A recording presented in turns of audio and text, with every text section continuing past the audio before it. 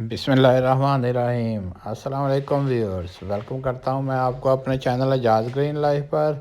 दोस्तों, आज की इस वीडियो में हम जानेंगे कि शदीद गर्मी के मौसम में जब टेम्परेचर 45 से 50 डिग्री के दरमियान भी चला जाता है तो हम घर की छत पर कौन कौन सी सब्ज़ियां उगा सकते हैं और उनको कैसे उगा सकते हैं।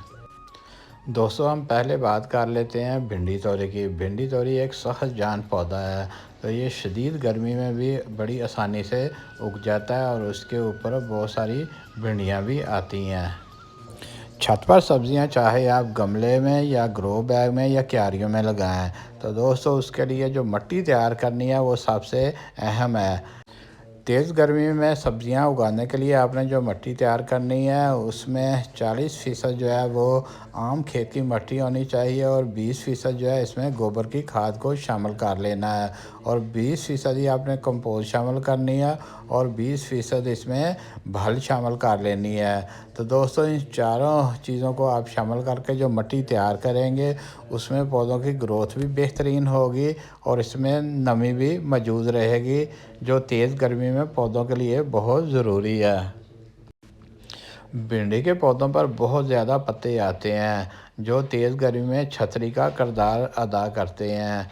इनका साया मिट्टी के ऊपर पड़ा रहता है और ये बिल्कुल क्लोज होता है। जैसे आप ये देखें कि बिल्कुल साथ साथ पत्ते हैं और तेज़ गर्मी में भी इनका जो साया है वो मिट्टी के ऊपर रहेगा और मिट्टी में नमी बनी रहेगी और पौधे जो हैं बेहतरीन तरीके से ग्रोथ लेंगे।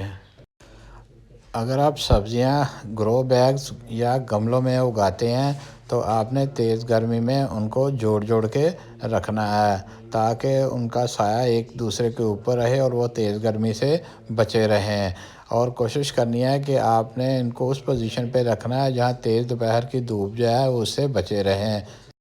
मज़ीद आगे बढ़ने से पहले आप मेरे चैनल को लाइक और सब्सक्राइब कर लें और साथ ही बेल आइकॉन को भी प्रेस कर लें ताकि मेरी आने वाली वीडियो का नोटिफिकेशन आपको फौरी तौर पर मिल सके। दोस्तों, करेले भी ऐसी सब्ज़ी है जो तेज़ गर्मी में बड़ी आसानी के साथ उगती है।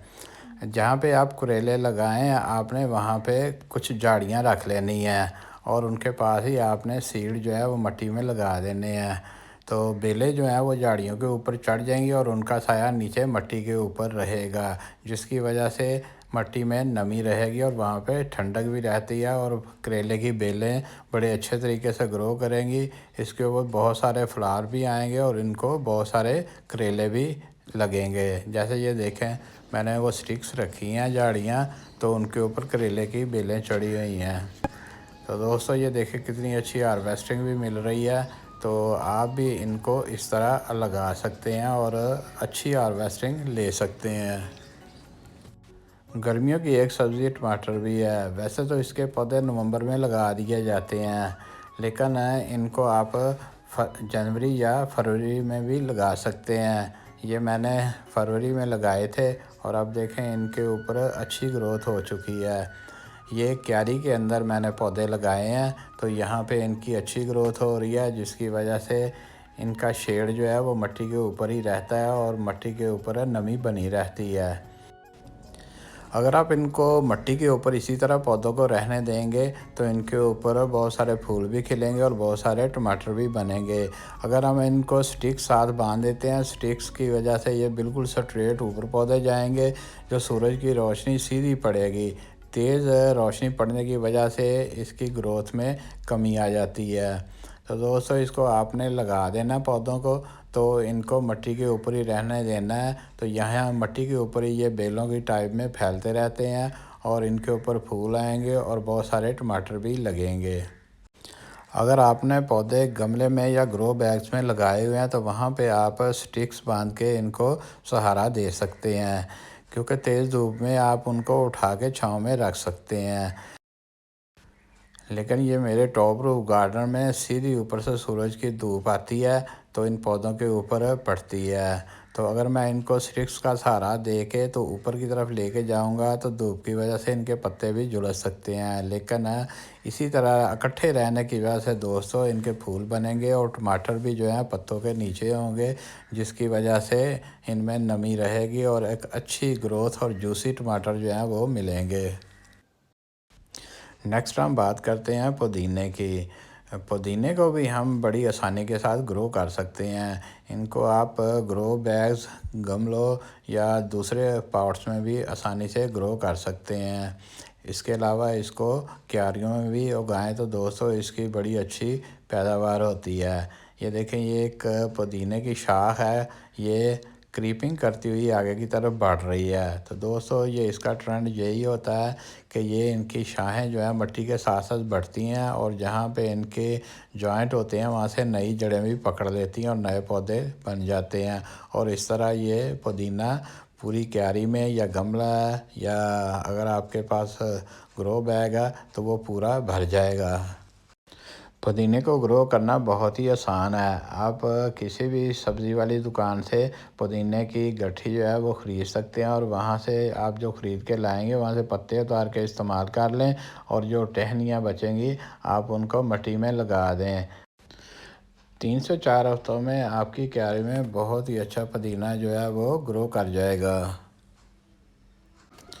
तेज़ गर्मी में दोस्तों बैंगन के पौधे की बड़ी अच्छी ग्रोथ होती है। इसके ऊपर बहुत ज़्यादा बैंगन भी आते हैं और उसका दौरानिया मार्च से लेकर अक्टूबर तक चलता है। अगर आप मार्च के महीने में ग्रो करें या अप्रैल के महीने में ग्रो करें तो आपको सितंबर अक्टूबर तक यहाँ से आपको बहुत ज़्यादा बैंगन मिलते रहेंगे।